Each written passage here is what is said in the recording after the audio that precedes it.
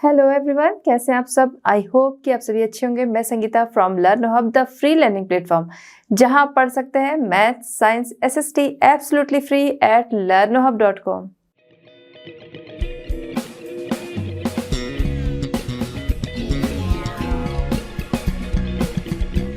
बच्चों, आज हम डिस्कस करेंगे आईसीसी क्लास 7। टॉपिक हमारा है directive principles of state policy.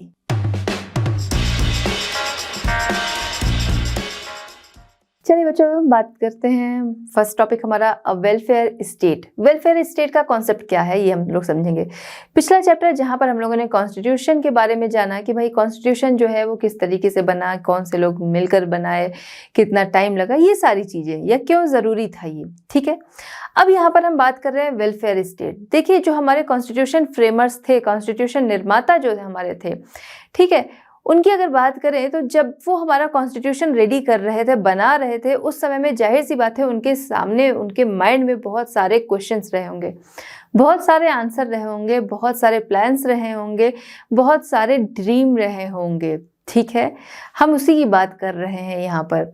जो हमारे कॉन्स्टिट्यूशन फ्रेमर्स थे उनका ड्रीम था, जब वो कॉन्स्टिट्यूशन रेडी कर रहे थे, बना रहे थे, तो उनका ड्रीम था।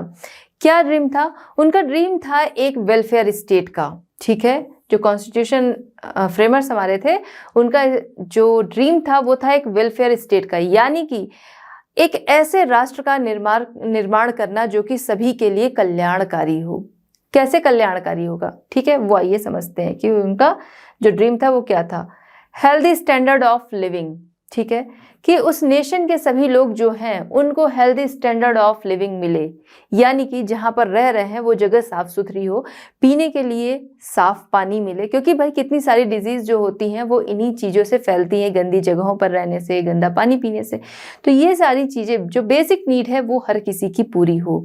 ठीक है, नेक्स्ट, इक्वल अपॉर्चुनिटीज सभी के लिए, caste, creed, religion, region, gender, ये सारी चीज़ों को साइड रखते हुए हर किसी को हर जगह पे इक्वल अपॉर्चुनिटीज़ मिले। ऐसा नहीं है कि हम इनमें से कोई भी चीज़ जो है उसको मानते हुए लोगों को अलग करें। Next, full employment. सभी को जो काम करने लायक हैं, ऐसा नहीं कि भाई बच्चे हैं, बूढ़े हैं, उनके लिए भी नहीं। फुल एम्प्लॉयमेंट मतलब कि जो भी काम करने लायक है उन सभी के पास रोजगार हो। जाहिर सी बात है, रोजगार जो है ये हमारी बेसिक नीड में ही आता है। रोजगार होगा तभी हमारी और चीज़ें रहेंगी, हमारा लाइवलीहुड जो है वो बहुत ज़रूरी है।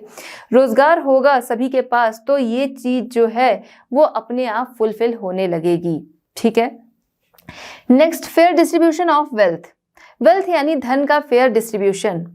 ठीक है, ऐसा ना हो कि किसी एक ग्रुप, चाहे कास्ट बेस पे ले लें, रीजन बेस पे ले लें, रिलीजन बेस पे ले लें, कुछ भी, तो ऐसा ना हो कि किसी एक ग्रुप के पास ही ज़्यादा धन जाए। ठीक है, तो ऐसा नहीं, फेयर डिस्ट्रीब्यूशन हो वेल्थ का। ठीक है, ऐसे राष्ट्र का उन्होंने सपना देखा था। चलिए हम बात करते हैं features of a welfare state. Welfare state के फीचर के बारे में हम लोग यहाँ पर बात करेंगे। देखिए, वेलफेयर स्टेट जो होता है उसका सेंटर क्या होता है? उसका सेंटर होता है उसके सिटीजन। वो जो भी डिसीजन लेता है अपने सिटीजन्स को ध्यान में रखते हुए लेता है। ठीक है, अब हम यहाँ पर बात कर रहे हैं वेलफेयर ऑफ द सिटीजन्स। ठीक है, सिटीजन जो है उनका वेलफेयर। ठीक है, ये किसकी रिस्पॉन्सिबिलिटी होती है? स्टेट की रिस्पॉन्सिबिलिटी होती है कि अपने लोगों को, अपने जो सिटीजन्स हैं उनके वेलफेयर के लिए काम करे। जैसे हम देखते हैं एजुकेशन, ठीक है, या मेडिकल फैसिलिटीज़, वहाँ पर क्या है कि फ़ी जो है वो नॉमिनल फ़ी, या फिर हम देखते हैं 14 ईयर्स तक एजुकेशन जो है वो बिल्कुल फ्री है। ठीक है, तो ये सारी चीज़ें क्या है, सिटीजन जो है उनके वेलफेयर के लिए। ठीक, अब हम देखते हैं जैसे वृद्धावस्था पेंशन मिलती है, ठीक है, ओल्ड एज जो लोग होते हैं उनको, तो वो क्या है, वो उनके जो सिटीजन हैं उनके वेलफेयर के लिए काम है। ठीक, नेक्स्ट हम बात करते हैं सोशल एंड इकोनॉमिक जस्टिस। ठीक है, इन अ वेलफेयर स्टेट, कि सभी को सोशल और इकोनॉमिक जस्टिस मिल सके, यानी कि सोसाइटी में सभी लोग, ठीक है, रिलीजन, कास्ट, क्रीड, ये सारी चीज़ों को ध्यान में ना रखते हुए सभी को बराबरी का दर्जा दिया जाए। ठीक है, इकॉनमी जो है वहाँ पर भी हम देखते हैं कि सभी को बराबरी का दर्जा जो है वो दिया जाए। ऐसा नहीं है कि कहीं पर जो है किसी भी काम को करने के लिए या किसी भी चीज़ के लिए कि वहाँ पर कोई एक ग्रुप जो है उसी को वरीयता दी जा रही है, उनको प्रेफरेंस दी जा रही है, चाहे रिलीजन बेस पे, कास्ट बेस पे, किसी भी बेस पे। नेक्स्ट हम बात करते हैं equality of opportunity for all, सभी को बराबरी की अपॉर्चुनिटी मिलना, यानी कि किसी भी जॉब के लिए या किसी भी काम को करने के लिए, किसी भी बिजनेस को करने के लिए हर कोई उसको कर सकता है, सभी के लिए उसमें बराबर की अपॉर्चुनिटी होती है। ठीक है, किसी रिलीजन, रीजन, इन सारी चीज़ों को ध्यान में नहीं रखा जाता कि भाई उस रिलीजन का जो पर्सन है वही इस काम को कर सकता है, ऐसा कुछ नहीं है। ठीक है, तो ये क्या है, ये लोगों के वेलफेयर के लिए, और इसका एम है फुल एम्प्लॉयमेंट। क्यों? क्योंकि किसी एक ग्रुप को ही अगर हम देंगे कि ये काम जो है वो सिर्फ ये ग्रुप ही कर सकता है, तो बाकी लोग जो हैं वो उससे वंचित रह जाएंगे। तो यहाँ पर क्या है एम कि फुल एम्प्लॉयमेंट, सभी लोग जो है वो हर तरह के काम कर सकते हैं। नेक्स्ट है equitable distribution of wealth, wealth का बराबर का डिस्ट्रीब्यूशन, सभी में बराबरी का डिस्ट्रीब्यूशन। अब यहाँ पर अगर हम देखें तो हम कह सकते हैं कि भाई अगर बराबरी का डिस्ट्रीब्यूशन है तो जो तो क्या सोसाइटी में हमें अमीर और गरीब नहीं दिखते हैं, लोगों के बीच ये अंतर नहीं दिखता? बिल्कुल दिखता है, ये अंतर दिखता है। बट यहाँ पर क्या है कि स्टेट ये फैसिलिटी देता है कि एट लीस्ट आपकी जो बेसिक ज़रूरतें हैं वो पूरी हो सकें। ठीक है, अमीर और गरीब का अंतर होते हुए भी जैसे हम देखते हैं जो लोग बहुत गरीब हैं या गरीबी रेखा से नीचे हैं, उनको क्या है गवर्नमेंट की तरफ से बहुत सारी फैसिलिटीज़ दी जाती हैं। उनको अनाज जो है वो काफ़ी कम कीमतों पे दिया जाता है। ये किस लिए है कि यहाँ पर डिस्ट्रीब्यूशन जो है वो बराबर हो सके वेल्थ का। ठीक है, कि उनको वो चीज़ें जो है वो मिल सके। अब इसके अलावा अगर हम बात करें, जैसे हम टैक्स पे करते हैं, तो टैक्स कौन पे करता है? यहाँ पर भी एक स्लैब बना हुआ है। जिनकी इकोनॉमिक कंडीशन अच्छी है उस स्लैब के अकॉर्डिंग है कि मतलब इतनी है और वही क्या करेगा, वही टैक्स पे करेगा।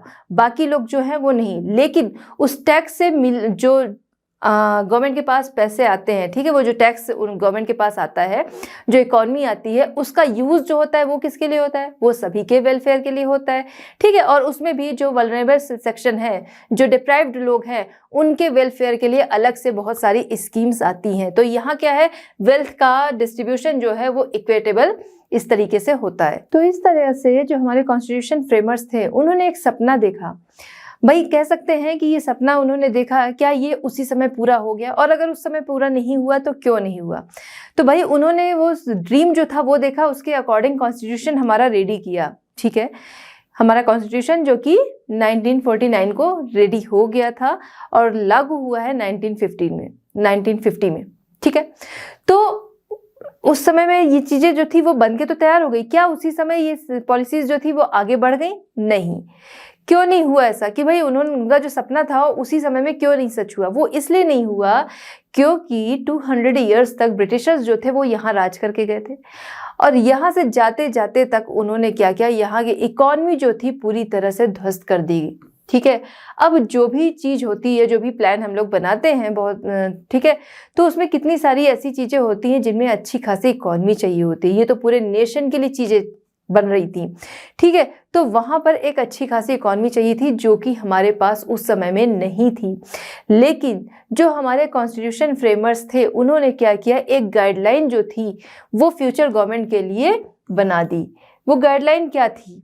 उन्होंने एक्सपेक्ट किया कि ये गाइडलाइन जो है वो तैयार कर दी गई है, अभी हमारे पास इकॉनमी जो है, अभी हमारे पास पैसे नहीं हैं तो ये चीज़ें जो है वो लागू नहीं हो पाएंगी। लेकिन जो फ्यूचर गवर्नमेंट है उनसे एक्सपेक्ट किया जाता है कि वो इनको आगे फॉलो करेंगी, वो चाहे सेंट्रल गवर्नमेंट हो, स्टेट गवर्नमेंट हो और या फिर लोकल गवर्नमेंट हो, उन सभी के लिए गाइडलाइन जारी हो गई और ये कि भाई वो लोग इसके अकॉर्डिंग काम करेंगे।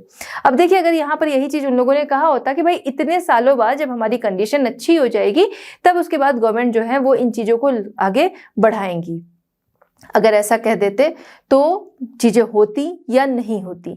यहाँ पर क्या है, चीज़ें उसी समय कॉन्स्टिट्यूशन में लिख दी गई जिससे कि क्या है, कॉन्स्टिट्यूशन तो मानना ही पड़ेगा। ठीक है, तो उसके अकॉर्डिंग लोग काम करेंगे। अब यहाँ पर क्या किया गया कि ये जो उन लोगों ने कह सकते हैं जो फ्यूचर के लिए गाइडलाइंस उन्होंने जारी की, इसको हम DPSP के नाम से जानते हैं, यानी कि directive principles of state policy. ठीक है, directive principles P and state policy, ठीक है, एसपी, ठीक है, डीपीएसपी के नाम से जानते हैं। अब ये डीपीएसपी है, ठीक है, ये एक इम्पॉर्टेंट लिस्ट थी जिसमें कि economic important basic economic and social rights जो थे वो बाकायदा लिखे थे कि भाई ये जो चीज़ें हैं वो लोगों के बीच में पहुंचनी चाहिए, ठीक है, कि लोगों के बीच में इकोनॉमिक डिस्ट्रीब्यूशन जो है वो बराबर हो, वेल्थ का डिस्ट्रीब्यूशन बराबर हो, लोगों की इकोनॉमिक कंडीशन जो है उनको सुधारा जा सके, सोसाइटी में सभी को बराबरी का दर्जा दिया जा सके, ये सारी चीज़ें थीं। चलिए हम बात करते हैं directive principles of state policy. देखिए हमारा जो कॉन्स्टिट्यूशन बना इसमें 60 कंट्रीज जो हैं उनके कॉन्स्टिट्यूशन का बाकायदा स्टडी करके और तब हमारा कॉन्स्टिट्यूशन बना। अब हम बात कर रहे हैं डीपीएसपी, ठीक है, जब हम इसकी बात कर रहे हैं तो ये कहाँ से लिया गया है, तो हमारा जो डीपीएसपी है ये लिया गया है आयरलैंड से, ठीक है। चलिए हम बात करते हैं जो हमारे directive principles of state policy हैं, ठीक है, इनको कैटेगराइज किया गया है 3 पार्ट्स में। आइए देखते हैं कौन कौन से पार्ट्स हैं। पहला जो है वो प्रिंसिपल प्रमोटिंग इकोनॉमिक इक्वलिटी, ठीक है, इकोनॉमिक इक्वलिटी को प्रमोट करने वाले सिद्धांत, ठीक है। अब ये क्या है, 1 बाय 1 हम अभी आगे चलेंगे तो आपको डिटेल में समझ में आता जाएगा। फिलहाल यहाँ पर हमको इनकी कैटेगरी जो है वो देखनी है। फर्स्ट कैटेगरी जो है प्रिंसिपल प्रमोटिंग इकोनॉमिक इक्वलिटी, ठीक है। सेकंड जो है वो है गांधीयन प्रिंसिपल, ठीक है, गांधीयन प्रिंसिपल प्रमोटिंग किस चीज को प्रमोट करता है, इकोनॉमिक एंड सोशल डेवलपमेंट को, ठीक है, इकोनॉमिक एंड सोशल डेवलपमेंट को। एंड थर्ड जो है वो है जनरल प्रिंसिपल्स, ठीक है, थर्ड जनरल प्रिंसिपल्स। अब आपको ये पता होना चाहिए जो हमारा डीपीएसपी है उसको कैटेगराइज किया गया है 3 पार्ट्स में। तो इस तरह से हमने देखा कि हमारे जो कॉन्स्टिट्यूशन फ्रेमर्स थे, जो संविधान निर्माता थे, उन्होंने कुछ चीज़ें जो थी लिस्ट एक पूरी रेडी कर दी कि जो फ्यूचर गवर्नमेंट होंगी वो क्या करेंगी, वो आगे इसका पालन करेंगी जिससे कि जो पब्लिक है उसके वेलफेयर के लिए काम हो सके, उनका डेवलपमेंट हो सके। इसलिए इनको हमने देखा कि इनको जाना गया डीपीएसपी के नाम से, जिनको 3 पार्ट्स में कैटेगराइज किया गया है, जिनको 1 बाय 1 हम यहाँ पर समझेंगे। सबसे पहले हम बात करते हैं प्रिंसिपल्स प्रमोटिंग इकोनॉमिक इक्वलिटी, ठीक है, इकोनॉमिक इक्वलिटी को प्रमोट करने वाले सिद्धांत के बारे में सबसे पहले हम जानेंगे। सबसे पहले इसमें आता है fair and equitable distribution of wealth and material resources, ठीक है, फेयर और इक्विटेबल, ठीक है, कि सभी के बीच में जो हमारे रिसोर्सेज हैं, ठीक है, सभी के बीच में हमारे जो रिसोर्सेज हैं, जो हमारी वेल्थ है, उसका बराबर डिस्ट्रीब्यूशन, ठीक है, जिसमें कि हमने अभी जैसे कि बात की थी, जैसे टैक्स के बारे में कि भाई टैक्स जो है जो क्या है कि जिनकी कंडीशन, इकोनॉमिक कंडीशन अच्छी है, वो क्या करते हैं, वो टैक्स देते हैं, जिसका यूज़ जो है वो सभी के वेलफेयर के लिए होता है, ठीक है। जो गरीब है उनके लिए क्या है, उनको बहुत सारी फैसिलिटीज़ जो दी जाती है, कहाँ से आता है उसका पैसा, ये सारा क्या है, जो टैक्स मिलता है उससे ये सारी चीज़ें जो हैं वो की जाती हैं लोगों के वेलफेयर के लिए काम, ठीक है। रिसोर्सेज जो हैं, रिसोर्सेज उसका जो यूज़ है वो सभी बराबर कर सके, इसलिए गवर्नमेंट क्या करती है, उन रिसोर्सेज का डिस्ट्रीब्यूशन सभी के बीच में बराबर किया जाता है, ठीक है। जैसे रिसोर्सेज की बात अगर हम कर रहे हैं, हम ले लेते हैं कोल, तो ऐसा नहीं है कि कोई भी गया और वहाँ से उन चीज़ों को ले लिया और अपने यूज़ के लिए ले लिया, ठीक है, इस तरह नहीं होता है। गवर्नमेंट क्या करती है, उस पर राइट जो होता है वो गवर्नमेंट का होता है, फिर गवर्नमेंट क्या करती है आगे, फिर उसको लोगों की ज़रूरतों के हिसाब से क्या होता है वो सेल होता है, फिर लोग उसको खरीदते हैं और अपने काम में लेते हैं, ठीक है। एडिक्वेट मीन्स ऑफ लाइवलीहुड, ठीक है, सभी को जीविका के बराबर साधन मिल सके, सभी के लिए जीविका के साधन जो है वो अवेलेबल कराए जा सके, जिससे कि क्या हो, जिससे कि रोजगार जो है वो लोगों को मिल सके। और जाहिर सी बात है लाइवलीहुड जो है वो बहुत ज़रूरी है, उसी से क्या है लोगों को रहने की जगह, खाने की के लिए, ठीक है, ये सारी चीज़ें उनकी जो ज़रूरतें हैं वो पूरी होती हैं, ठीक है। तो एडिक्वेट मीन्स ऑफ लाइवलीहुड, जीविका के साधन जो है वो लोगों को अवेलेबल कराना, ठीक है। इक्वल पे से मतलब ये है कि हम देखते हैं कि क्या होता है कि जब किसी काम को लोग करते हैं, ठीक है, सेम काम के लिए जब पेमेंट करनी होती है तो वहाँ पर कई बार ऐसा होता है कि भाई लोग जो हैं, जो लेडीज़ होती हैं उनको कम पे करते हैं एंड जेंट्स को ज़्यादा करते हैं, ठीक है। तो यहाँ पर क्या है कि इक्वल पे सभी को सेम काम के लिए बराबर पे किया जाए। नेक्स्ट है right to work. Right to work जो है वो सभी को मिले, जिससे कि सभी लोग जो हैं वो काम कर सकें, ठीक है। यानी कि जो काम करने लायक है, ऐसा नहीं कि बच्चे से भी काम कराया जाए, नहीं, राइट टू वर्क, जो लोग काम करने लायक हैं उन सभी को राइट टू वर्क, वो कोई भी काम कहीं पर भी कर सकते हैं। नेक्स्ट है support for the old, sick, disabled and unemployed. ठीक है, जो लोग बूढ़े हैं, सिक हैं, डिसेबल्ड हैं और अनएम्प्लॉयड हैं उन सभी को सपोर्ट करना है। जैसे जो ओल्ड होते हैं, हमने देखा है कि उनके लिए क्या होता है कि उनको वृद्धावस्था जो पेंशन है वो मिलती है।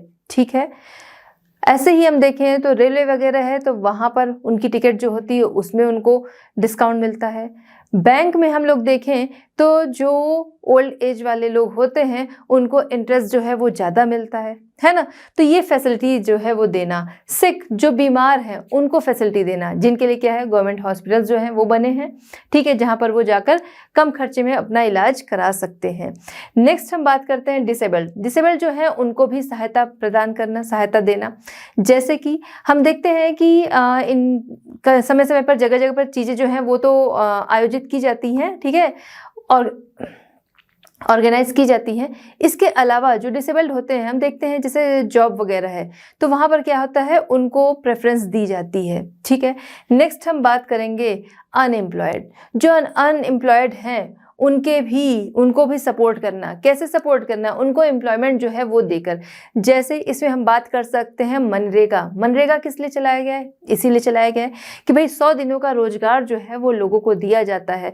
या फिर जो लोग पढ़े लिखे हैं उनके लिए भी क्या है, बेरोजगारी भत्ता जो है वो उनको दिया जाता है कि भाई एटलीस्ट कुछ जो है उनको उनकी अर्निंग जो है वो इस तरीके से हो सके। ठीक है, यहाँ पर मनरेगा जो है, मनरेगा के बारे में आप लोगों ने पढ़ा होगा कि भाई 100 दिनों का रोजगार मिलता है और उसके एवज में उनको पैसे मिलते हैं। Living veg. लिविंग वेज का मतलब ये कि जो भी वेतन लोगों को दिया जाता है वो एटलीस्ट इतना हो कि उसकी बेसिक ज़रूरतें जो हैं वो पूरी हो जाएं। मतलब ये कि एक स्केल जो है वो निर्धारित करना कि उससे कम जो है वेजेस किसी को नहीं दिए जा सकते। ठीक है, next standard of living and leisure. ठीक है, रहने का जो स्टैंडर्ड है वो, और साथ ही साथ छुट्टियां। ठीक है, कि लोग जहां पर रह रहे हैं एटलीस्ट साफ सुथरी जगह हो, उनको पीने का पानी जो है वो साफ मिले। छुट्टियों की बात करें तो हमने देखा है कि सैटरडे, संडे या फिर कहीं पे हम देखते हैं संडे या फिर कोई और दिन जो है वो फिक्स होता है कि छुट्टियां उनको मिले। ठीक है, अवकाश मिलना। Children and youth protection. Children and youth protection जो है इनके लिए कानून बनाना।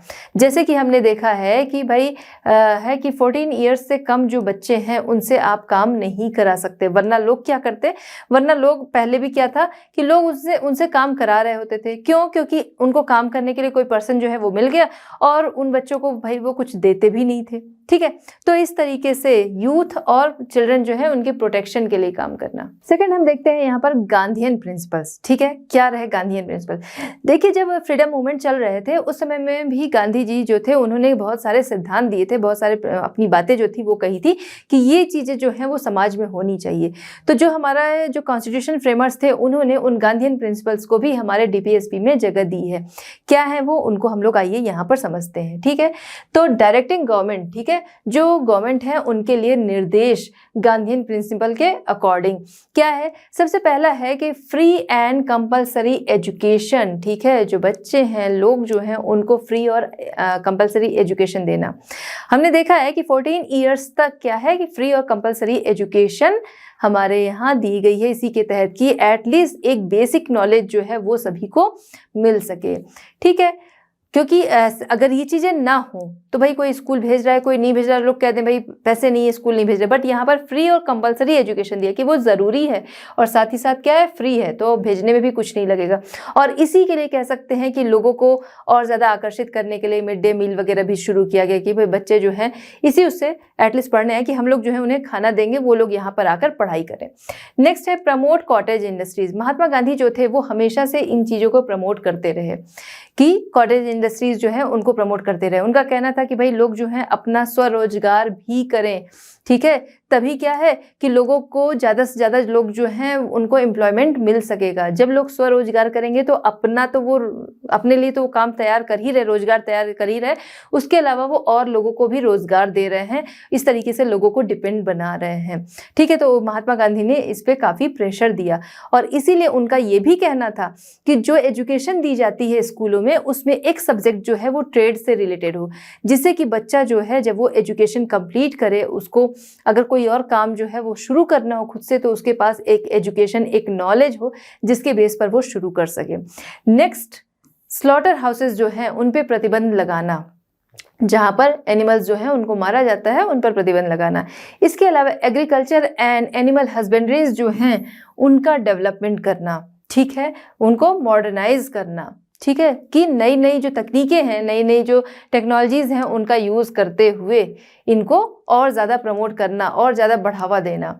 ठीक है, promote the educational and economic interest जो है इनको प्रमोट करना। ठीक है, एजुकेशनल और इकोनॉमिक इंटरेस्ट जो है इनको प्रमोट करना कि ज़्यादा से ज़्यादा ये चीज़ें जो हैं वो डेवलप हो सके। Level of nutrition and general health, ठीक है, कि लोगों को जो लेवल ऑफ न्यूट्रिशन है एटलीस्ट इतना जो है वो मिल सके कि लोगों को जो कह सकते हैं जो पोषण जो एक है, न्यूट्रिशन का एक लेवल जो है वो सभी तक पहुंच सके। ठीक है, उसका डिस्ट्रीब्यूशन जो है वो किया जाए कि भाई जो गरीब हैं जिनको ये न्यूट्रिशन नहीं मिल रहा है तो उनको भी अवेलेबल कराया जाए।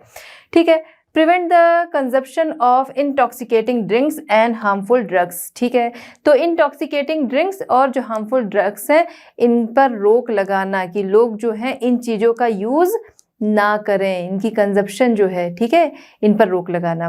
विलेज पंचायत, इसको महात्मा गांधी ने बहुत ज़्यादा बढ़ावा दिया था विलेज पंचायत्स को, क्योंकि उनका कहना था भाई जो देश है वो गांवों में में बसता है। ठीक है, देश जो है वो विलेजेस में विकास करता है। अब जो विलेजेस हैं उनकी वहाँ तक क्या है, सबकी पहुँच हो पाती है, नहीं हो पाती है, तो उनकी जो प्रॉब्लम्स हैं, ठीक है, उनका जो विकास है वो विलेज पंचायतों के जरिए होता है।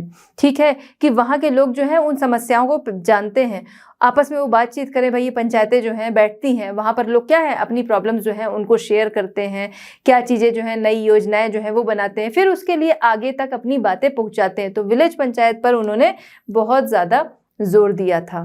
चलिए अब हम देखते हैं थर्ड कैटेगरी, जनरल प्रिंसिपल्स। देखिए अभी जो हम लोग देख रहे थे वहाँ पर क्या था, वहाँ पर जो सिटीजन्स थे उनके वेलफेयर के लिए काम था। जनरल प्रिंसिपल्स, भाई जो चीज़ें हैं वो तो सिटीजन के वेलफेयर के लिए हैं, बट वहाँ पर पर्टिकुलर हमें वो पर्सन्स जो थे सिर्फ उनके लिए चीज़ें जो थी वो दिख रही थी, वो फैसिलिटीज़ उनके लिए दिख रही थी। अभी क्या है, इसमें हमारी सारी चीज़ें आएंगी, जैसे अदर कंट्रीज़ जो है उनके साथ हमारे रिलेशन कैसे हैं, फॉरेन पॉलिसीज़ वगैरह कैसी हैं, ठीक है, उन पर काम करना। जो हमारी कह सकते हैं वाइल्ड लाइफ है उन पर काम करना, उन पर ध्यान देना। ठीक है, हमारे मॉन्यूमेंट्स हैं उन पर ध्यान देना। ठीक है, ये सारी चीज़ें इसमें आता है, justice, environment, monument, foreign policy, ये सारी चीज़ें। भाई जो हमारी लिस्ट रही डीपीएसपी की उसमें जनरल प्रिंसिपल जो थे ये भी ऐड किए गए कि इन चीज़ों पर भी ध्यान देना ज़रूरी है, जो एक्सपेक्ट किया गया कि जो फ्यूचर गवर्नमेंट है वो इन पे ध्यान देगी। अब इसमें क्या क्या है, सबसे पहले बात करते हैं international peace and security.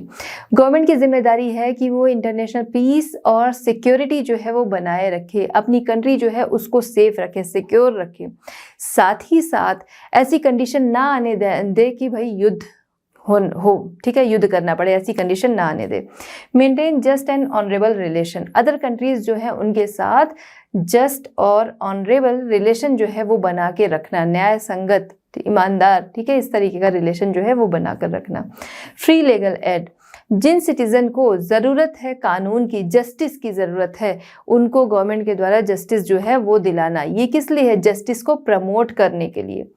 Next हम बात करते हैं environment and safeguard for wild life and forest. ठीक है, वाइल्ड लाइफ और फॉरेस्ट जो है उनके लिए सेफगार्ड, मतलब अगर हम देखें तो हम देखते हैं भाई लोग जो हैं फूड के रूप में बहुत सारे एनिमल्स जो हैं उनका यूज़ करते हैं।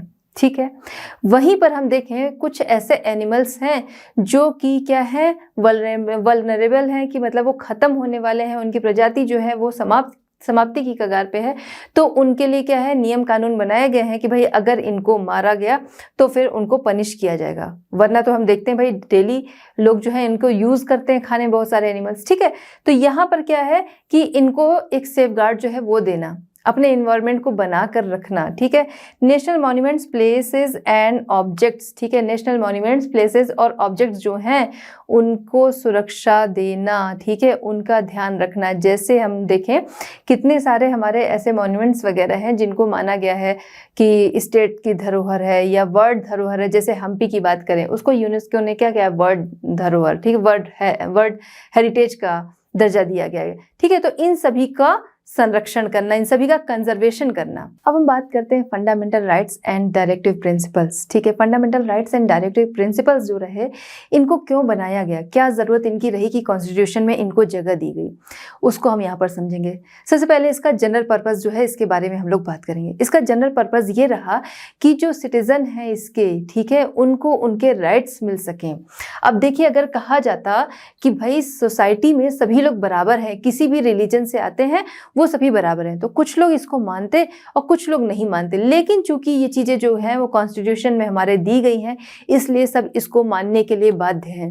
सभी को आज़ादी है कि वो कोई भी काम कर सकते हैं, वो किसी भी की भी वर्शिप कर सकते हैं, किसी भी वर्शिप का, जिसकी भी वो कर रहे हो, किसी भी रिलीजन को मान रहे हो, उसका प्रचार प्रसार कर सकते हैं। ये कहाँ से? क्योंकि हमको फंडामेंटल राइट्स जो है वो हमको मिले हैं, ठीक है। जो डायरेक्टिव प्रिंसिपल्स हैं ये भी ये कहते हैं कि भाई सभी को बराबरी का दर्जा है, सोसाइटी में सभी क्या है, इक्वल हैं। तो इस तरह से लोगों के, सिटीजन के राइट्स जो हैं उनको प्रोटेक्ट करने के लिए, ठीक। Next, ensure the social, economical and political progress, ठीक है। ये चीजें जो है वो हो सके, प्रोग्रेस हो सके। कैसे होगी ये तब होगी जब सोसाइटी में सभी को बराबरी का दर्जा दिया जाएगा, ठीक है। यहाँ पर क्या है कि सारी चीज़ें जो है वो, जो हमारा डीपीएसपी है या फंडामेंटल राइट्स हैं, वहाँ पर क्या है, सभी को दर्जा दिया गया है कि सभी लोग जो हैं वो क्या कर सकते हैं, कोई भी काम कर सकते हैं, ठीक है।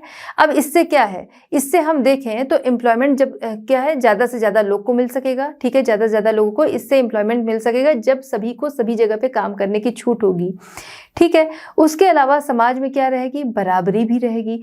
पॉलिटिक्स में भी देखें, वहाँ भी सभी को क्या रहेगी, बराबरी का दर्जा मिलेगा। क्यों? क्योंकि कोई भी काम जो है वो कोई भी कर सकता है। तो social, economical and political progress जो है वो इस तरीके से हो सकेगी। चलिए, हम बात कर रहे हैं fundamental rights and directive principles की, तो यहाँ पर देखते हैं कि इनमें अंतर क्या है, डिफरेंस क्या है। डिफरेंस की बात करें तो फंडामेंटल राइट्स जो होते हैं वो कैसे होते हैं, वो जस्टिसिएबल होते हैं, ठीक है। फंडामेंटल राइट्स जस्टिसिएबल होते हैं। कैसे होते हैं? जैसे अगर हम देखें कि बोला गया है भाई समाज में सभी को बराबरी का दर्जा दिया गया है, अगर वहीं पर हम देखें कास्ट बेस पर किसी के साथ, भाई कहीं पर कोई एम्प्लॉयमेंट के लिए गया, वहां पर बोल दिया गया आप इस कास्ट से हो इसलिए आप इसके लिए एलिजिबल नहीं हो, तो वो क्या कर सकता है, वो पर्सन सीधे कोर्ट जा सकता है और वहां पर उसको जस्टिस मिलेगा, ठीक है। तो इस तरीके से फंडामेंटल राइट्स जो है वो क्या है, जस्टिसिएबल। जो फंडामेंटल राइट्स 6 हमको मिले हैं वो जस्टिसिएबल हैं, हम उसके खिलाफ कोर्ट जा सकते हैं अगर उनका कोई वायलेशन करता है तो, ठीक है। अब बात करते हैं डायरेक्टिव प्रिंसिपल्स जो है ये नॉन जस्टिसिएबल है। क्यों ये नॉन जस्टिसिएबल है? देखिए, जब ये बनाए जा रहे थे, फंडामेंटल राइट्स की बात करें या डायरेक्टिव प्रिंसिपल्स की बात करें, तो फंडामेंटल राइट्स जो है वो बना दिए गए वो तुरंत ही। क्यों? क्योंकि उसमें कोई खर्चे नहीं लगने थे। उसमें क्या कहा गया, उसमें कहा गया भाई कि सभी लोग जो हैं बराबर हैं, किसी की भी वर्शिप कर सकते हैं, ठीक है। तो वो राइट्स जो दिए गए तो वो क्या है, हमारे अपने मानने से है, उसमें कोई खर्चे नहीं लगने हैं, ठीक। अब वहीं पर हम बात कर रहे हैं डायरेक्टिव प्रिंसिपल्स की।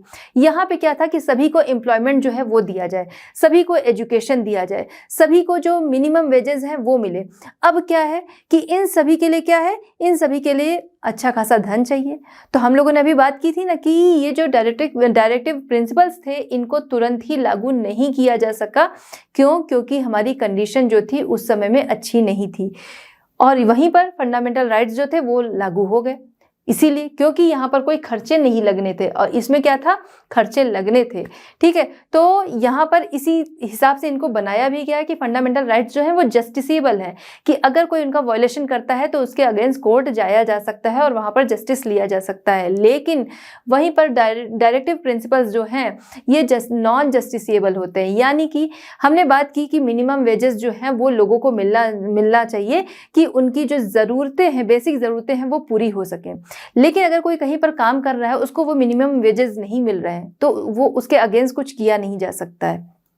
ठीक है, या फिर भाई गवर्नमेंट की जिम्मेदारी है कि वो फुल एम्प्लॉयमेंट जो है वो दे, सभी के पास रोजगार हो। लेकिन अगर जिसके पास रोजगार नहीं है, क्या वो इसके लिए गवर्नमेंट के खिलाफ जा सकता है, वो जाकर जस्टिस मांग सकता है, केस कर सकता है? नहीं।